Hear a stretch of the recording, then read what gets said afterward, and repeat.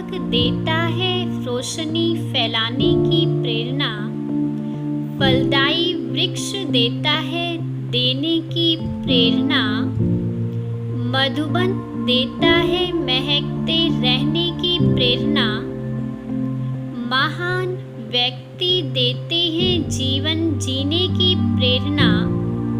आओ अनुभव से दें हम सभी को प्रेरणा।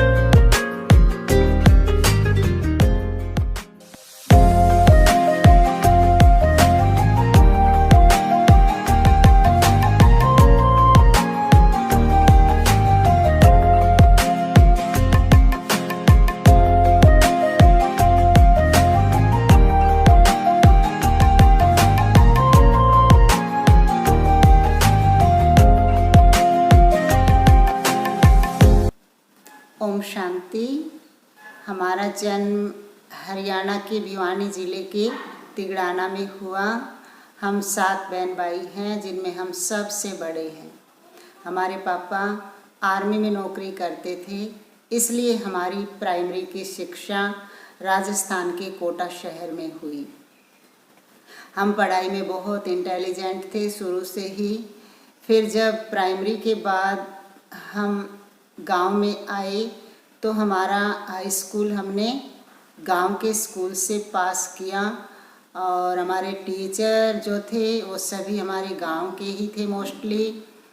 तो घर जाके टीचर अपने बच्चों के सामने हमारी बहुत तारीफ़ करते थे, इंटेलिजेंसी के उदाहरण देते थे। फिर जब स्कूल में वो आते उनके बच्चे, तो स्कूल में हमारे से पूछते थे कि तुम्हारे में ऐसा क्या है जो हमारे घर पर भी तुम्हारी तारीफ़ होती है। वास्तव में ऐसा कुछ नहीं था, परंतु एक अलौकिक आकर्षण और स्नेह का जो हमारा व्यवहार था वो स्वतः ही सबको आकर्षित करता था। इसके बाद हाई स्कूल के बाद हमारे गांव में आगे की पढ़ाई नहीं थी, तो हमें शहर आना पड़ा। और पढ़ाई करते करते जब हमारे फाइनल के एग्ज़ाम चल रहे थे, तो हम एक बहन के साथ ब्रह्मा कुमारी सेंटर, जो कि पास में ही था, और हमें प्यास भी लगी थी, तो हम सेंटर के अंदर चले गए। सोचा अंदर पानी पिएंगे, और ऐसा भी लग रहा था जैसे कोई हमें अंदर से खींच रहा हो। जैसे ही हम अंदर गए तो हमने हॉल के अंदर बाबा की चित्र प्रदर्शनी लगी देखी। तो जैसे ही हमने सृष्टि चक्र का चित्र देखा तो उसने हमें बहुत आकर्षित किया। उसमें जो घड़ी की सुई दिखाई है वो बात हमारे मन में कौतूहल पैदा कर गई और हमारे दिल दिमाग को छू गई। फिर हमने शिव शंकर का चित्र देखकर और शिवरात्रि का जो चित्र देखा, जिस पर लिखा था कि ज्ञान सूर्य प्रगटा अज्ञान अंधेर विनाश, तो हमारे मन में एक जिज्ञासा हुई कि अरे ये तो दुनिया का बहुत ही कम समय है, और हमें इस कम समय में भगवान कहाँ आए हैं ये अवश्य ही जानना होगा।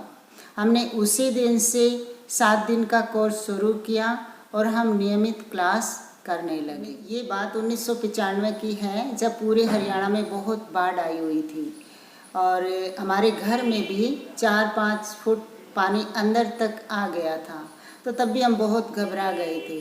फिर हमने जैसे ही कोर्स में ये सुना कि इस तरह से परिवर्तन होने वाला है, तो हमें निश्चय करने में ज़रा भी देर नहीं लगी। और इसके बाद हमें कई साक्षात्कार भी हुए, जैसे कि दादरी में प्लान क्रैश हुआ था शायद 1907-1908 में, तो उसका साक्षात्कार भी हमें पहले से ही हो गया था कि पेड़ों के ऊपर मनुष्य लटक रहे हैं, धरती के अंदर भी मनुष्य धंस गए हैं, चारों तरफ आग लगी हुई है, इस तरह का साक्षात्कार भी हमें पहले हो गया था, तो संशय की तो कोई बात ही नहीं थी। तब तो हम रेगुलर क्लास करने लगे और बाबा में हमारा बहुत बहुत निश्चय हो गया। हमारी शुरू से ही लगन और धारणाएं बहुत पक्की रही, क्योंकि बचपन से ही हमने अपने घर में श्री कृष्ण का जो चित्र देखा था, उसमें क्या था कि गोपियाँ यमुना में नहा रही हैं और श्री कृष्ण ने उनके वस्त्र उठाए और पेड़ के ऊपर रख दिए और खुद आराम से बांसुरी बजा रहा है।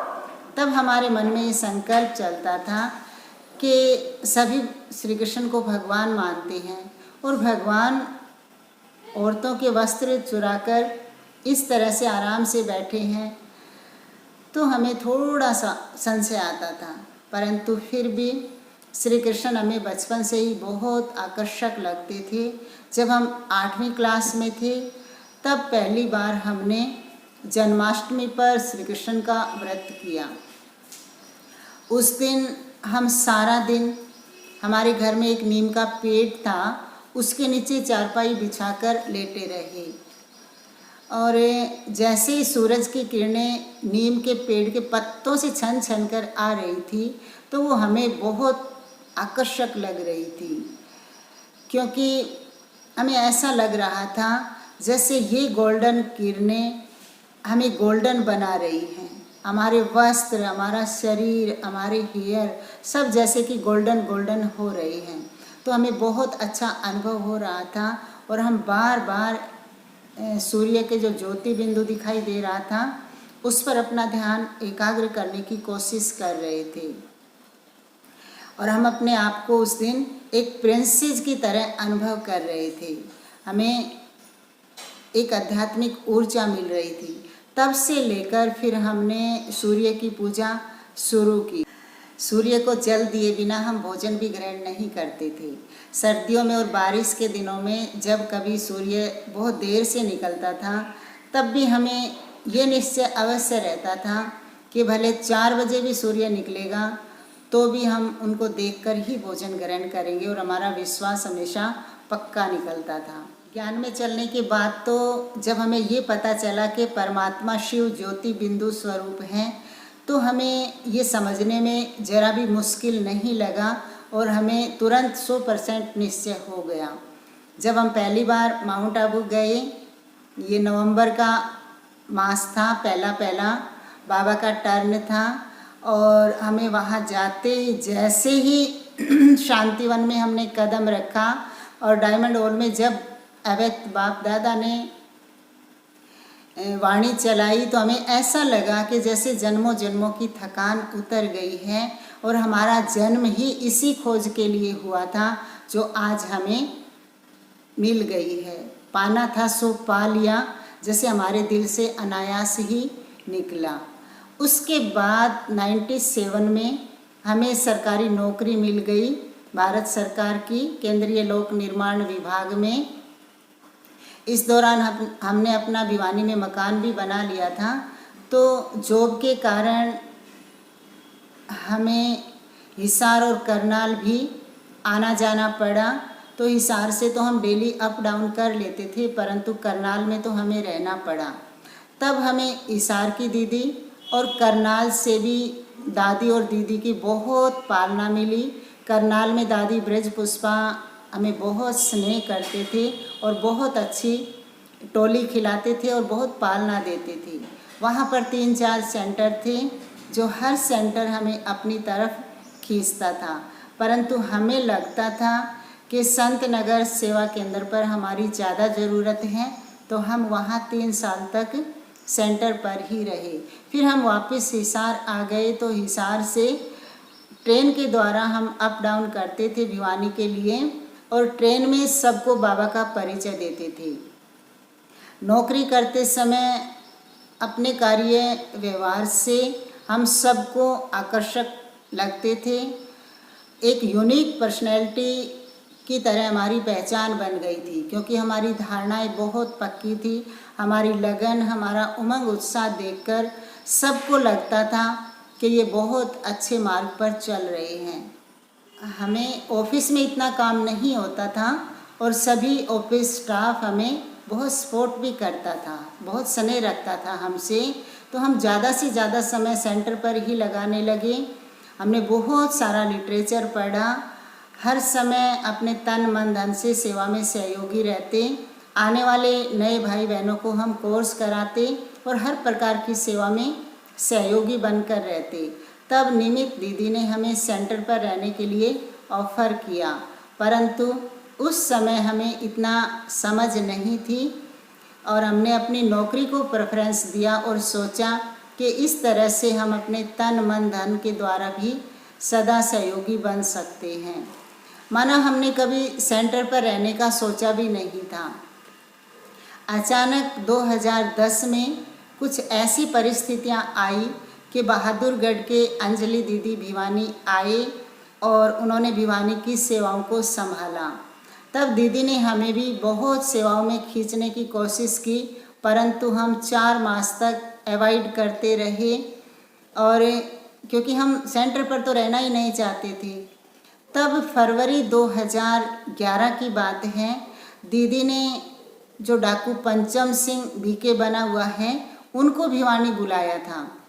तो हमें एक मन में जिज्ञासा हुई कि जाकर देखें तो सही दस्यु से ब्रह्मा कुमार जो बना है उसका जीवन कैसा है। तो हम उनकी क्लास करने के पर्पज़ से उस दिन प्रोग्राम में आए थे और उस दिन से ही हमारे जीवन में एक नया मोड़ आ गया, क्योंकि दीदी ने हमें तब से हर सेवा में इन्वॉल्व करना शुरू कर दिया और दीदी भी सेंटर पर रहने के लिए हमें ऑफ़र करते रहे। परंतु हमने कहा दीदी हम सेंटर पर तो नहीं रहेंगे। तो अप्रैल मास था, दीदी माउंट आबू एनुअल मीटिंग के लिए जा रहे थे। तो हमने कहा दीदी हम आपके साथ माउंट आबू चलेंगे।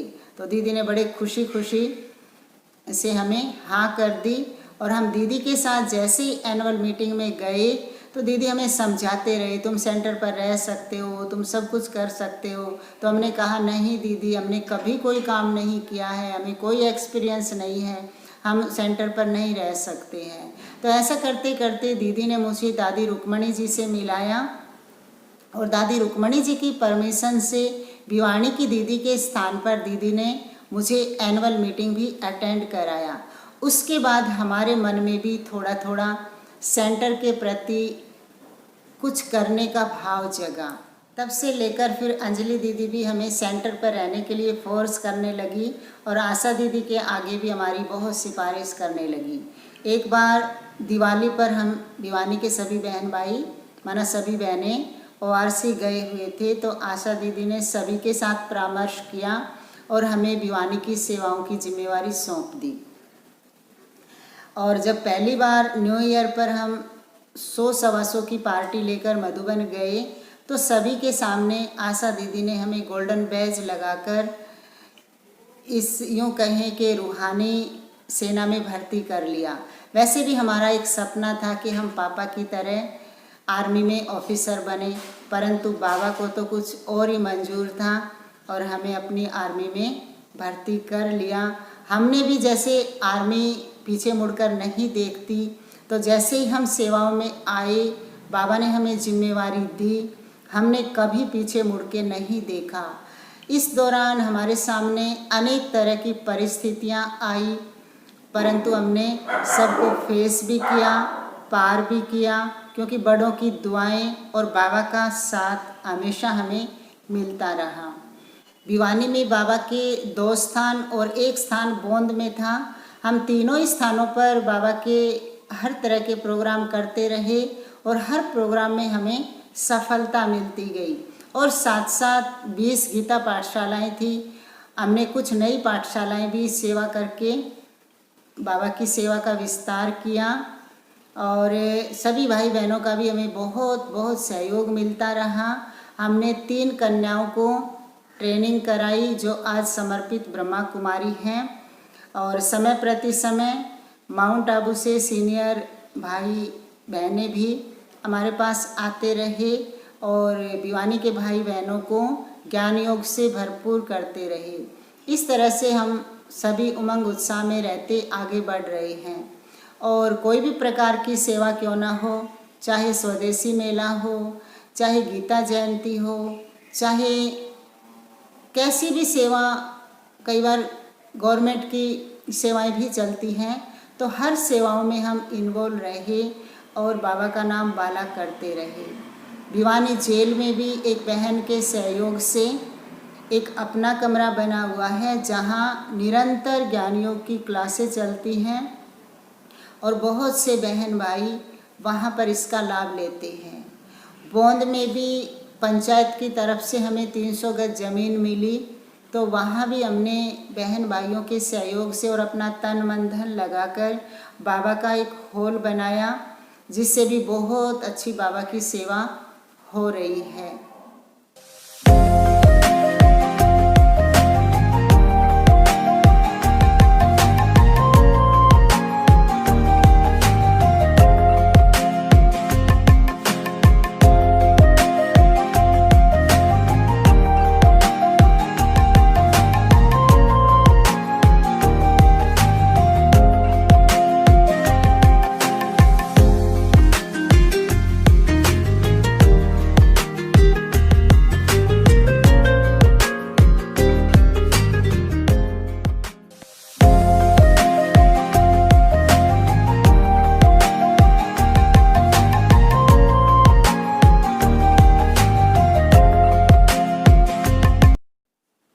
अप्रैल 2014 में हमें शरीर का भी एक बहुत बड़ा पेपर आया, जो डॉक्टर ने हमें कहा कि बहन जी आपको तो इमीडिएट ऑपरेशन कराना पड़ेगा।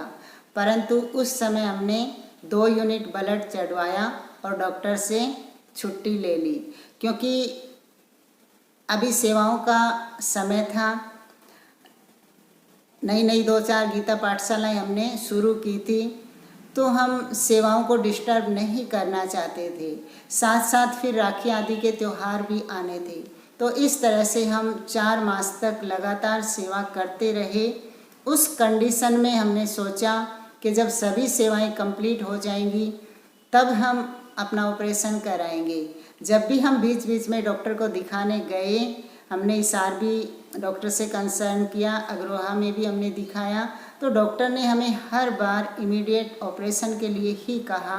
परंतु जब राखी के त्यौहार भी पूरा हो गया और दादी प्रकाश मणि जी का स्मृति दिवस भी 25 अगस्त को हम प्रोग्राम कर चुके, फिर हमने आशा दीदी से परमिशन ली और 30 अगस्त को ऑपरेशन के लिए हम हॉस्पिटल में एडमिट हो गए।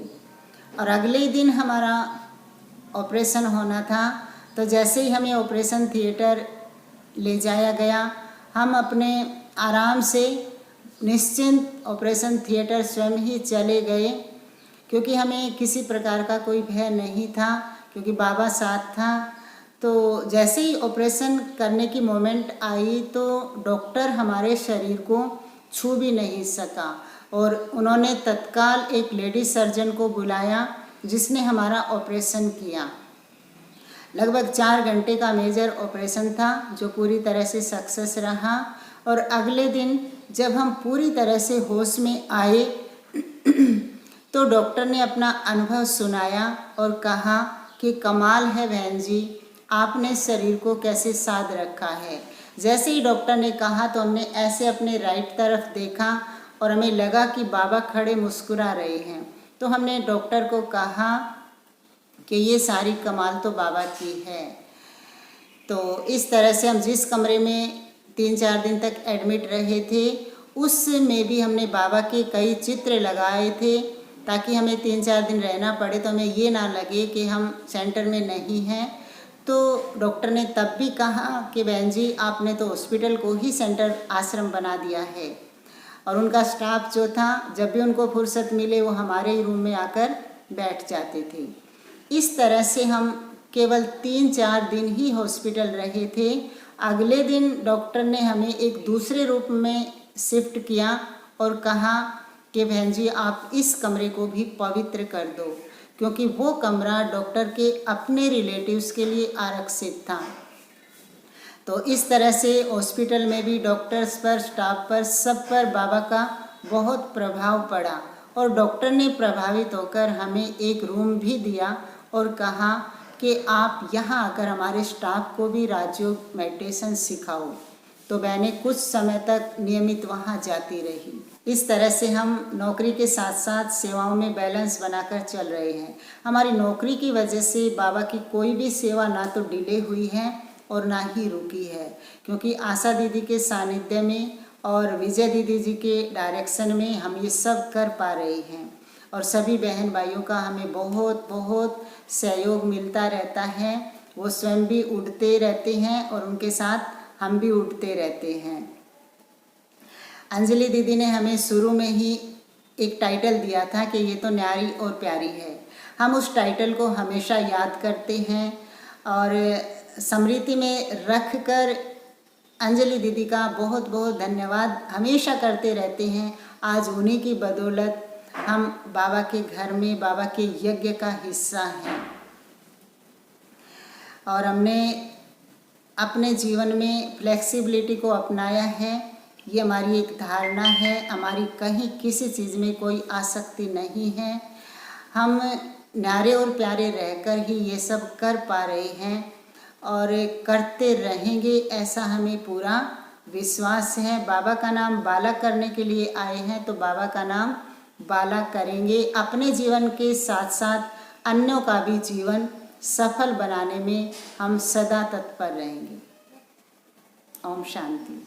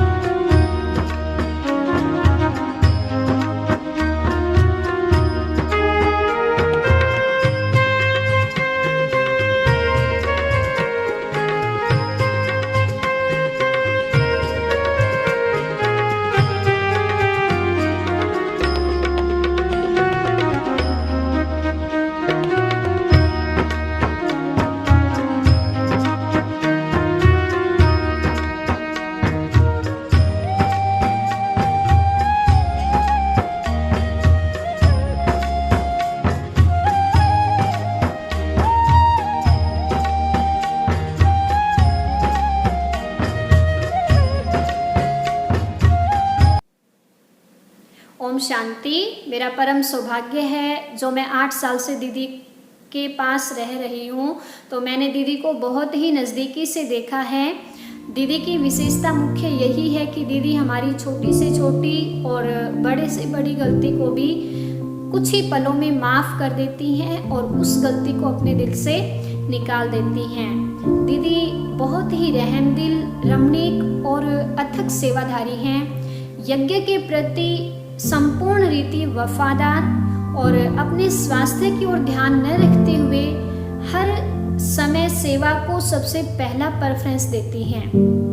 और भी बहुत सी विशेषताएं हैं जो मैंने दीदी के जीवन में देखी हैं। बहुत सी कलाएं हैं, जैसे ज्ञान हर लौकिक बात को अलौकिक में परिवर्तन करके हमें उसका रहस्य समझाना। और दीदी को पढ़ाई का, अध्ययन करने का, लिखने का बहुत शौक है। तो मैं यही 2 शब्द कहूँगी कि अनुभवों को शब्दों में बयान नहीं किया जा सकता, कि जो मैंने दीदी के साथ रह के अनुभव किया है, तो अनुभवों को शब्दों में बयान नहीं किया जा सकता।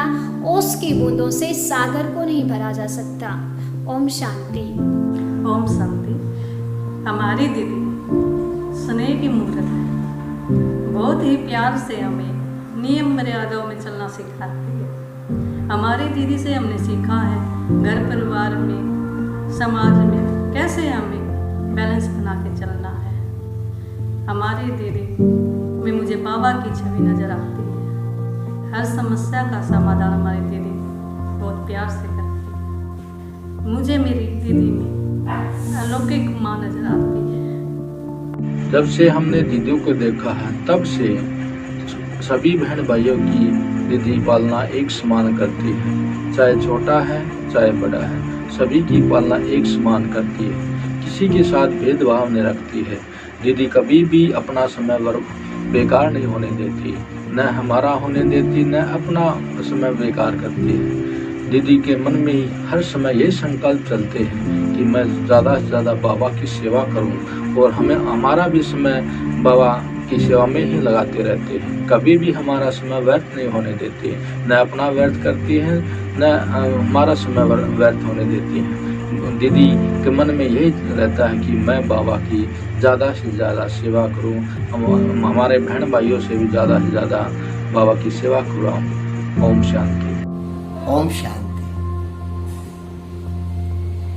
अव्यक्त बाप दादा की अत्यंत स्नेही, प्यारी व लाडली सुमित्रा बहन के माध्यम से जो परमात्मा के महावाक्य हमें सुनने को मिलते हैं, उसके लिए हम तहे दिल से उसका शुक्रिया अदा करते हैं तथा उम्मीद करते हैं कि इसी प्रकार वो ज्ञान गंगा बहाती रहेंगी, हमें परमात्मा के महावाक्य से हमेशा लाभान्वित कर रही हैं।